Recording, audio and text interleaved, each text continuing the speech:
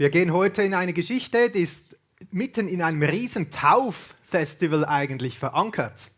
Wir sind ja unterwegs in dieser Serie Gebet, Kampf auf den Knien. Wir haben verschiedenen Leuten über die Schulter geschaut, was sie mit dem Gebet erleben, was sie stärkt, was ihnen Mut gibt, wie sie das Gebet auch pflegen. Wir haben ganz am Anfang geschaut, Josaphat im Alten Testament, wie sie mit dem ganzen Volk in der größten Not gebetet haben und Gott sagt, schaut nur hin, ich kämpfe für euch.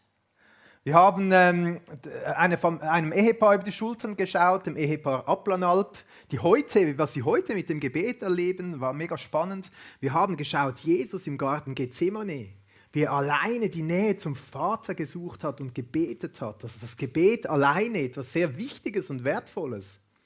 Wir haben von Mario Musimann gehört, er hat uns eine Gebetserhörung nach der anderen erzählt, von der Schweiz und der ganzen Welt. Und heute wollen wir ein Gebet anschauen, wo eine Gruppe von Leuten, eine Gemeinde zusammenkommt und in Einheit zusammen betet. Und das ist ja das Coole in der Bibel, sie zeigt ganz vielen Stellen, wie wichtig es ist, dass man alleine immer wieder im Gebet die Nähe zu Gott sucht. Aber dass es gerade so wichtig ist, auch zusammenzukommen und gemeinsam Anliegen vor Gott zu bringen. Und heute schauen wir in so ein gemeinsames Gebet hinein, schauen wir über die Schulter einer Gemeinde, die zusammen gebetet hat. Und das ist so eine richtig starke und coole Sache. Und es ist wichtig, dass wir die Situation vor Augen haben. Das ist ganz kurz, nachdem Jesus selber war noch auf der Welt mit seinen Jüngern und dann ist er in den Himmel gegangen. Er hat seine Jünger zurückgelassen, hat gesagt, wartet mal einen Moment. Und die haben gewartet ein paar Tage und dann kam Pfingsten, der Heilige Geist. Und das heißt, sie haben die Kraft aus der Höhe empfangen und da ging etwas los. Sie sind auf die Straße gegangen, haben losgelegt mit Predigen, haben so richtig die Kraft des Heiligen Geistes erlebt. Und da gab es Tausende von Menschen, die haben das gehört und die waren im Herzen getroffen. Die haben gemerkt, wir haben bis jetzt nach unseren Vorstellungen gelebt und nicht nach den Vorstellungen von Gott. Wir sind eigene Wege gegangen und haben eigentlich Gott ausgegrenzt. Wir wollten mit Gott gar nichts zu tun haben. Sie haben sogar gemerkt, wir waren ja beteiligt daran, ihn ans Kreuz zu bringen. Es gibt ja ganz viele Menschen, die erklären Gott immer wieder für tot. Und die haben gesagt, was sollen wir jetzt tun? Wir sind auf dem falschen Weg unterwegs, wir wollen in eine andere Richtung unterwegs sein. Und Petrus, der da gepredigt hat, das ist überliefert, wie er dann sagte, tut Buße, also das heißt kehrt um, kehrt auf einen Weg um mit Jesus und glaubt an Jesus. Glaubt daran, dass er für euch am Kreuz gestorben ist, um eure Schuld und Sünde zu vergeben, ans Kreuz zu tragen. Aber er ist auch für euch auferstanden, dass ihr Leben haben könnt. Und wenn ihr das glaubt und umkehrt, dann lasst euch taufen. Und das heißt, an diesem Tag haben sich 3000 Leute taufen lassen. Also 1000-mal mehr als wir heute. Also wir haben noch ein bisschen Luft nach oben, aber wir freuen uns natürlich auch über jede einzelne Taufe. Und das ging dann weiter. Es heißt, dass immer mehr Leute dazugekommen waren und am Schluss es wuchs auf 5000. Also das bedeutet, es sind noch 2000 weitere Menschen, die gemerkt haben, hey, ich will mit diesem Jesus unterwegs sein. Und er gibt mir eine Perspektive für die Ewigkeit und haben sich taufen lassen. Das muss ein riesen Tauffestival gewesen sein. Es gab aber da auch Leute von der oberen Schicht, von der geistlichen jüdischen Führung damals, denen hat das nicht gefallen. Die haben gemerkt, boah, da ist etwas im Gange, aber das wollen wir nicht. Die haben Petrus und Johannes gefangen genommen, haben sie verhört, haben gesagt, was läuft hier eigentlich? Dieser Jesus, der ist nicht lebendig, der ist tot. Es gibt ja bis heute wirklich viele Leute, die immer wieder behaupten, Jesus ist tot. Und man merkt schnell, diese Leute sind alle gestorben, aber Jesus lebt. Und die haben denen gedroht. Man weiß nicht genau, was sie gesagt haben, was Petrus und Johannes nicht mehr tun durften, oder was ihnen dann droht für eine Strafe. Aber wir können davon ausgehen, das war nicht so eine kleine Buße, sondern es war eher Gefängnis oder vielleicht sogar die Todesstrafe. Petrus und Johannes, die waren ganz entschieden für Jesus, haben gesagt, ja, wir müssen Gott mehr gehorchen als den Menschen, aber sie waren wahrscheinlich auch ganz aufgewühlt, in einer Not. Was macht man in so einer Situation? Mega schwierig, oder? Also ihnen wurde da so richtig gedroht. Und jetzt stehen sie unter Druck. Die ganze Gemeinde steht unter Druck. Und immer wenn man unter Druck steht, das weiß man bei Zitronen gut, wenn man dran drückt, kommt Zitronensaft raus, oder? Unter Druck sieht man, was rauskommt, an dem, was rauskommt, was drinsteckt. Und die Gemeinde hat in dieser Notsituation und Drucksituation die Nähe zu Gott gesucht und hat zusammen gebetet. Und dieses Gebet wollen wir heute zusammen anschauen. Es heißt hier, sie aber, als sie es hörten, erhoben einmütig ihre Stimme zu Gott und sprachen. Das ist so die Einleitung zu diesem Gebet. Also sie sind zusammengekommen und haben gesagt, zusammen müssen wir jetzt einstehen und für dieses Anliegen beten, für diese Situation beten. Sie haben ihre Stimme erhoben, also wir können uns vorstellen, sie haben zusammen laut gebetet. Wir probieren das dann später auch aus. Das kann etwas sehr Kraftvolles sein, wenn man zusammen die Stimme erhebt. Es kann etwas komisch klingen, weil man ja zusammen wie einen Text macht, aber es hat auch eine große Kraft, weil man wird dann eins in einem Anliegen. Und vielleicht hatten sie einen Vorbeter, vielleicht war ihnen wie bewusst auch, was sie beten wollen, ein Text war ihnen vorgegeben. Sie haben so zusammen gebetet. Und jetzt stellen wir uns vor, sie sind so unter Druck. Wie würden wir heute beten? Oh Herr Jesus, mach, dass diese Situation endlich aufhört. Uns geht es so schlecht. Wir sind so arm. Es ist nicht so cool. Weiß auch nicht, wir würden unser Herz so richtig bei Gott ausschütten, oder? Wir würden ihm alles bringen, aber diese Gemeinde hat anders angefangen. Mega spannend. Wie hat diese Gemeinde angefangen zu beten? Sie haben zuerst sich vergegenwärtigt, zu welchem Gott sie überhaupt beten. Sie haben gesagt, hey, wir beten zu dem, der der Schöpfer ist, der Herrscher. Er ist uns zugewandt und hat alle Macht. Das hat dann so geklungen. Sie beteten, Herrscher, du, der du den Himmel und die Erde und das Meer gemacht hast und alles, was in ihnen ist. Also statt dass sie einfach mal mit ihrem Anliegen rausposaunen, werden sie zuerst bewusst, zu wem beten sie eigentlich? Sie beten zu einem Gott, der der Schöpfer ist des ganzen Universums. Der Macher von Himmel und Erde, der über allem steht. Das ist für mich eine Ermutigung, wenn ich bete, dann darf ich wissen, ich rede nicht mit irgendeinem Angestellten oder so, der irgendwas hier zu tun hat, sondern mit dem Schöpfer des Universums, mit dem obersten CEO eigentlich, oder? Mit dem, der alles in der Hand hat. Und dann beten sie weiter. Der du durch den Heiligen Geist, durch den Mund unseres Vaters, deines Knechtes David gesagt hast, zählen sie dann einige Dinge auf. Also sie merken nicht nur, wer dieser Gott ist, was er für eine Macht hat, sondern sie merken auch, es ist ja ein Gott, der redet. Er hat schon früher geredet, damals zu dem David, zu dem König David. Er redet bis heute. Also mit anderen Worten, sie merken, ich rede heute mit einem Gott, der alle Macht hat, der Gebete hört und der auch antwortet, der dann auch redet mit den Leuten, die mit ihm sprechen. Man könnte jetzt ganz viele Beispiele anführen. Hört einfach die Predigt von Mario Mosimann nochmals an, von all diesen Beispielen, die er erzählt hat, wo Gott geredet und gewirkt und geantwortet hat. Also das heißt, wenn wir beten, kommen wir zum Obersten und wir dürfen mit einer Reaktion rechnen. Und jetzt sagen sie hier, du hast damals schon ganz viel gesagt. Und was hat Gott damals gesagt? Jetzt zitieren sie einen Psalm, den sie gefunden haben in den alten Schriften. Dort heißt es in diesem Psalm, dass Gott gesagt hat, warum tobten die Heiden und sannen Eitles die Völker? Die Könige der Erde standen auf und die Fürsten versammelten sich gegen den Herrn und seinen Gesalbten. Das ist Jesus Christus. Das ist zitiert aus dem Psalm 2.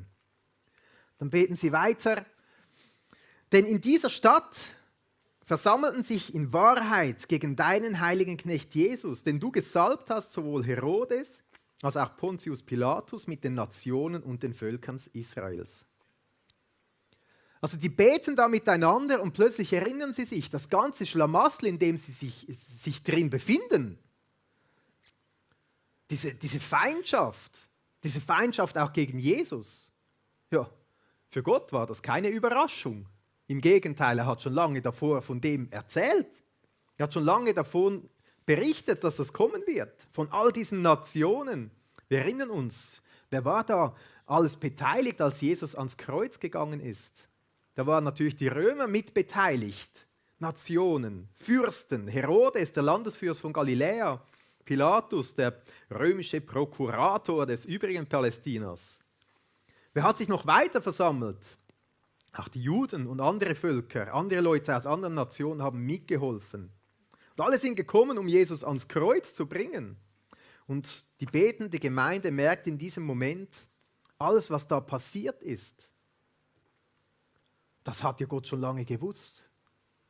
Also sie beten, sie merken, Gott ist groß, Gott antwortet, Gott ist mächtig. Und unsere Situation überrascht ihn gar nicht. Er hat es schon gekannt, er hat es schon gewusst. Das kann ganz wohltuend sein, wenn man in schwierigen Situationen ist, dass man mit einem Gott redet, der die Situation kennt, der einem Trost spenden kann, der weiß, wie es einem geht. Den es nicht überrascht und sagt, oh, das weiß ich auch nicht, was zu tun ist, sondern der den Überblick hat, den Einblick hat. Und es ist auch wunderbar, wenn wir hier sehen, wie Gott dann dadurch gewirkt hat. Das sieht auch diese betende Gemeinde. Sie betet weiter. Gott, alles zu tun, was deine Hand und dein Ratschluss vorherbestimmt hat, dass es geschehen sollte. Also alles das, was diese Nationen und so weiter gemacht haben gegen Jesus, das waren alles Dinge, die Gottes Hand und sein Ratschluss vorherbestimmt haben. Jetzt denken wir, okay, ist ein bisschen komisch, Jesus wird ans Kreuz genagelt, die sind alle gegen ihn, eine riesige Feindschaft, aber das war der Ratschluss von Gott, das war sein Plan. Wie müssen wir uns das vorstellen? Und in diesem Moment staune ich, weil ich merke, dass dort, wo die Menschen eigentlich die tiefsten Abgründe von sich offenbaren, dass Gott etwas unendlich Gutes daraus machen kann. In dieser Situation drin hat ein riesiger Wechsel stattgefunden. Gott hat sein größtes Werk vollbracht. In Jesus Christus, der gestorben ist am Kreuz und auferstanden ist. Also Gott kannte diese Situation, Gott kannte dieses Schlechte und Böse auch im Menschen, aber das hat zu Gottes genialem Plan gehört, die Menschen zu retten und aus ihrem menschlichen Schicksal herauszuholen und zu sich zu bringen. Also die dunkelste Stunde der Menschheitsgeschichte, das wird zum hellsten. Der Tod ist überwunden und Jesus ist auferstanden. Also die betende Gemeinde, die kommt hier und sie bringt nicht einfach mal ihre Anliegen, sondern sie vergegenwärtigt sich. Zu wem beten wir? Wir beten zu dem, der alle Macht hat. Der Schöpfer ist, der Herrscher. Er ist uns zugewandt, er antwortet. Und er hat die ganze Geschichte schon lange gekannt. Er sorgt sich nicht wegen dem, sondern er weiß es. Und er kann daraus sogar etwas Gutes machen. Wenn er das bei Jesus geschafft hat am Kreuz, wie mehr kann er das mit unserer Notsituation, wo wir drinstecken.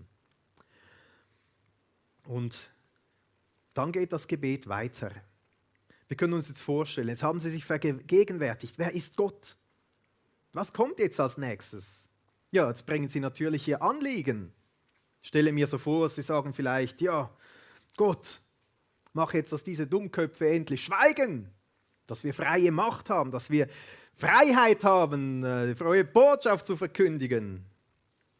Ich weiß nicht, wie es dir manchmal geht. Manchmal erlebt man auch in der Schweiz so ganz kleine Anfeindungen, wenn man als Christ unterwegs ist und anderen Leuten auch bekennt, dass man an Jesus glaubt. Dass jemand einen dummen Spruch macht zum Beispiel oder dass beim Familienfest einige denken, ja der schon wieder, oder dass du jemanden zum Alpha-Life-Kurs einladest und sagst, mit Jesus will ich doch nichts zu tun haben oder so. Und dann beten wir, ach Herr Jesus, mach doch, dass sich diese Situation ändert oder dass es irgendwie leichter wird oder dass die nicht so negativ reden und so weiter, dass Ruhe und Frieden einkehrt, dass alles gut geht. Und jetzt schauen wir, wie die Gemeinde gebetet hat in dieser Situation. Und nun, Herr, sieh an ihre Drohungen und gib deinen Knechten dein Wort mit aller Freimütigkeit zu reden. Ich finde das recht crazy, oder? Sind sie so bedroht? Gefängnis, vielleicht Todesstrafe. Ist es später ja dann auch dazu gekommen. Aber sie sagen nicht, schaffe diese Not weg, sondern Gott, du siehst es. Und jetzt gib uns umso mehr die Freiheit, Freimütigkeit, den Mut, diese wunderbare Botschaft weiterzugeben. Das ist doch das Wichtigste, das Wertvollste, das haben wir auf dem Herzen. Gott, hilf uns Gott dazu. Das ist jetzt unsere Herausforderung. Ja, die Drohungen der anderen, das gibt es auch, aber wir brauchen Freimut, wir brauchen Freiheit und Mut. Mit anderen Worten könnten wir sagen, diese Beter haben gemerkt, wir wollen eine Reich-Gottes-Perspektive einnehmen und nicht meine eigene Perspektive, was für mich jetzt gerade das Wertvollste erscheint. Sondern sie haben gesagt, das, was für Gott am wichtigsten und am wertvollsten ist, für das wollen wir auch beten, dass sein Auftrag weitergeht. Sie haben von sich gesprochen als Knechte, als Diener, als Helfer, sage ich mal. Die haben gesagt mit anderen Worten, Jesus, du bist der Herr, du darfst sagen, was du willst. Du hast gesagt, wir sollen das Evangelium verkündigen. Dann hilf uns bitte dabei, wir gehören dir. Du darfst uns führen und leiten. So eine Reich-Gottes-Perspektive, ich finde das manchmal ganz herausfordernd, aber auch ganz entspannend, weil ich merke dann, ja, es geht nicht primär um mich, um meine Bedürfnisse, was ich gerade machen will oder tun denke, was ich denke, es ist wichtig oder so, weil Gott weiß, was wirklich wichtig ist. Gott weiß, was wirklich dran ist. Er weiß, was wirklich gut tut. Wie gut ist es dann, wenn ich das auch in mein Gebet hineinnehmen kann, sagen, Gott, deine Perspektive ist mir wichtig und nicht meine eigene. Und so beten sie da. Es ist auch so, wie Jesus lehrt. Wir sollen beten, dein Reich komme und dein Wille geschehe. So wie Jesus gebetet hat im Garten Gethsemane. Nicht wie ich will, sondern wie du willst. Wie schön, wenn das unsere Gebetsperspektive auch zusammen werden kann. Dass sein Reich kommt, dass er Ehre erhält, dass Jesu Name groß wird, dass wir freimütig das Evangelium verbreiten können. Was dann auch immer diese Perspektive ist in unserer Situation. Und jetzt betet aber die Gemeinde weiter, die haben schon eine Vorstellung, wie das passieren soll, indem du deine Hand ausstreckst zur Heilung, das Zeichen und Wunder geschehen durch den Namen deines heiligen Knechtes Jesus. Sie beten um Wunder. Ich habe gedacht, ja, das mache ich auch sehr gerne, um ein Wunder beten. Wer macht das nicht gerne, oder? Dass Gott eingreift und ein Wunder tut. Aber es ist interessant, wieso, dass sie das beten. Sie haben gesagt, gib uns Freimütigkeit, dein Evangelium zu verkünden, indem du deine Hand ausstreckst. Also wir möchten unseren Auftrag machen und Gott, stell dich dazu. Komm mit. Zeige dich. Zeige deine Macht, deine Kraft, deine Stärke. Strecke deine Hand aus, dass diese Zeichen und Wunder passieren. Ich finde das so cool, einfach zu sagen, hey, wir dürfen Gott bitten, dass er sich dann zu uns stellt und dass er übernatürlich wirkt in unser Umfeld hinein. Und ich finde das wirklich eine ermutigende Bibelstelle, die uns auch sagt, hey, wir dürfen für Großes beten. Selber denke ich dann manchmal, ja gut, für Wunder beten ist schon cool. Aber es ist, wenn nichts passiert, da beten wir, wird einer nicht geheilt. Ein Wunder tritt nicht ein. Es kommt ganz anders, vielleicht sogar peinlich, ganz anders, als ich mir vorgestellt habe. Vielleicht kennst du auch manchmal solche Gedanken. Ja, wieso soll ich um so große Dinge beten? Früher hatte ich oft so Zweifel, ja, für was darf man denn beten? Was darf man von Gott eigentlich erwarten? Oder stehe ich dann doof da, wenn ich um Großes bitte und das wird nicht gleich geheilt oder keine Ahnung? Das ist eigentlich ein Hin und Her. Das ist so ein Denken, habe ich gemerkt, das von dem ausgeht, dass ich selber das Gefühl habe, zu kurz zu kommen. Dass Gott etwas Gutes nicht geben möchte. Ich habe mich entschieden, ich will nicht so ein Denken haben über Gott, sondern ich will ein anderes Denken über Gott. Weil mein Gott ist ein mächtiger Gott. Ein allmächtiger Gott. Mein Gott weiß, was ich brauche. Er weiß, was dran ist. Er weiß, was die Menschen um mich herum brauchen. Und er kann alles tun. Zur richtigen Zeit. In der richtigen Art und Weise. Und deshalb mache ich mir gar keine Sorgen, wenn ich bete. Ich komme zu ihm und bitte ihn um Großes, um Wunder, um Heilungen, um Zeichen, um alles. Weil ich weiß, Gott ist ein großer Gott. Ich habe viele so Gebete, die ich bete für eine riesige Erweckung im Embracher Tal. Also wenn wir heute 3 Taufen haben, dann könnt ihr euch mal ausmalen, was das bedeuten würde. 30, 100, ich weiß es auch nicht. Ich kann mir das gar nicht genau vorstellen, wie das überhaupt gehen sollte. ob das überhaupt möglich ist. Aber ich weiß, bei Gott ist alles möglich. Er ist ein großer Gott. Bei ihm gibt es keine Grenzen. Er hat alles in seiner Hand, er hat alle Macht, er kann alles tun, was er will. Und ich glaube an einen großen Gott.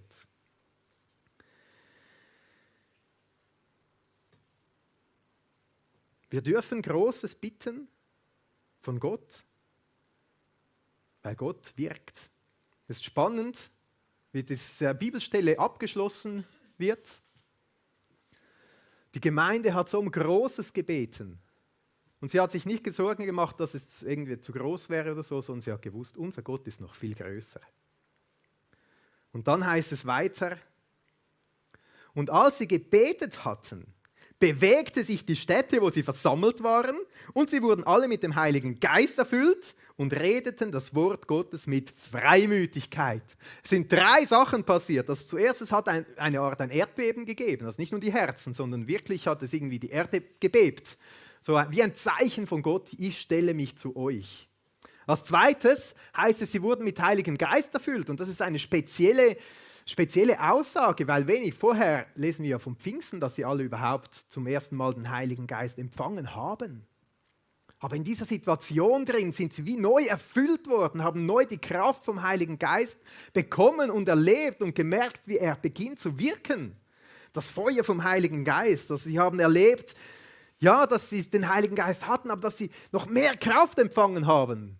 Und dann heißt es, sie haben geredet das Wort Gottes mit Freimütigkeit. Also das, was sie gebetet haben, hat Gott ihnen geschenkt. Er hat nicht irgendwie die Regierung verändert oder weiß auch nicht was, sondern hat ihnen Freimütigkeit gegeben. Und sie sind gegangen und haben weiter erzählt von Jesus und was Jesus alles getan hat. Sie haben erlebt, wie Gott wirkt und geantwortet hat auf dieses einfache Gebet.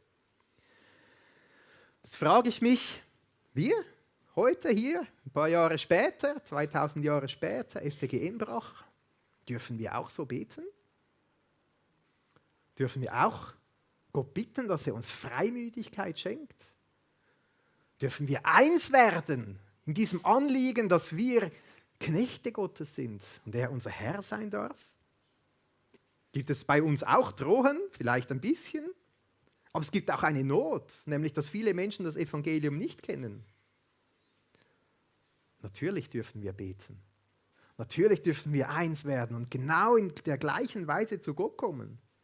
Natürlich dürfen wir auch damit rechnen, dass er antwortet. Und deshalb habe ich dieses Gebet leicht umformuliert, sodass es auf unsere Situation heute passt und möchte, dass wir das zusammen auch beten können. Ich habe das auch noch ausgedruckt, dass man es gut lesen kann. Kannst du es vielleicht einfach in die Reihen hineingeben, dass man es durchgehen kann? Danke vielmals, dass die wollen, können bei sich auf dem Blatt schauen. Es ist genau dieses gleiche Gebet, das die Gemeinde gebetet hat, ein bisschen umformuliert, sodass es auf unsere Situation stimmt. Es beginnt mit dem gleichen, du bist der Herrscher, vergegenwärtigen, wer Gott ist. Es geht dann weiter darum, dass er auch uns Freimütigkeit schenken kann, dass er wirken kann unter uns. Es ist eine Bitte, dass er seine Hand ausstreckt, um Großes zu tun, damit sein Reich sichtbar werden kann. Es ist eine Bitte, dass Gott sein Werk unter uns ausführen kann. Und wir machen heute etwas Spezielles. Wir wollen zusammen aufstehen und alle, die dann wollen, man muss natürlich nicht, aber die sagen doch, ich will da auch mit einstimmen, dass wir dieses Gebet zusammen laut in Einmütigkeit sprechen können. Sind viele von uns nicht so gewohnt, dass man zusammen ein Gebet laut betet. Vom Vater Unser kennen das einige. Wir haben ein anderes Gebet, das wir zusammen laut beten wollen. Darum schaut kurz drauf, schaut rein, wie ist das formuliert. Wollt ihr eure Stimme dazugeben? Wollt ihr eins werden mit diesem Gebet? Wollt ihr euer Amen dazugeben? Dann lasst uns dieses Gebet doch zusammen beten. Stehen wir alle auf und die wollen, stimmen mit ein mit ihrer Stimme, dass wir laut dieses Gebet beten können. Vater im Himmel, du bist der Herrscher. Du hast den Himmel und die Erde und das Meer gemacht und alles, was in ihnen ist. Du redest zu uns. In der Bibel lesen wir, dass viele Menschen kritisch sind, dass sie deine Worte der Gnade nicht hören wollen. Wir leben in einer Gesellschaft, die dich ausschließt und glaubt, sie brauche dich nicht. Du hast alle Macht bei uns zu wirken. Dein guter Plan kennt auch bei uns keine Grenzen. O Herr, du siehst die wenigen Drohungen. Wir sind deine Diener. Schenke uns, dass wir dein Wort mit aller Freimütigkeit weitergeben. Strecke deine Hand aus zur Heilung, dass Zeichen und Wunder geschehen durch den Namen deines heiligen Knechtes Jesus. Amen.